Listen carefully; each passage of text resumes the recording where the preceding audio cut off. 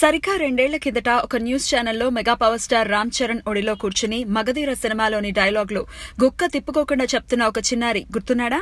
చిన్నప్పటి నుంచి చెర్రీ అంటే పడి చచ్చిపోయే ఆ బుడతడు చరణ్ సినిమాలోని డైలాగులు పాటలు పాడుతూ మీడియా కంటపడటం, ఆ వెంటనే మెగా పవర్ స్టార్ స్వయంగా తన చిన్నారి అభిమానిని కలుసుకోవటం, పిల్లవాడి చదువుకి అయ్యే ఖర్చును తాను భరిస్తున్నట్లు చెప్పటం అంతా చకచకా జరిగిపోయాయి.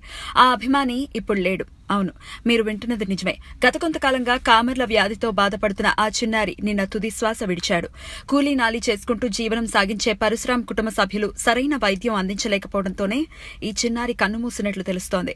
పరశురాం మరణ వార్త తెలుసుకున్న రామ్ చరణ్ తీవ్ర దిగ్భ్రాంతికి గురైనట్లు సమాచారం.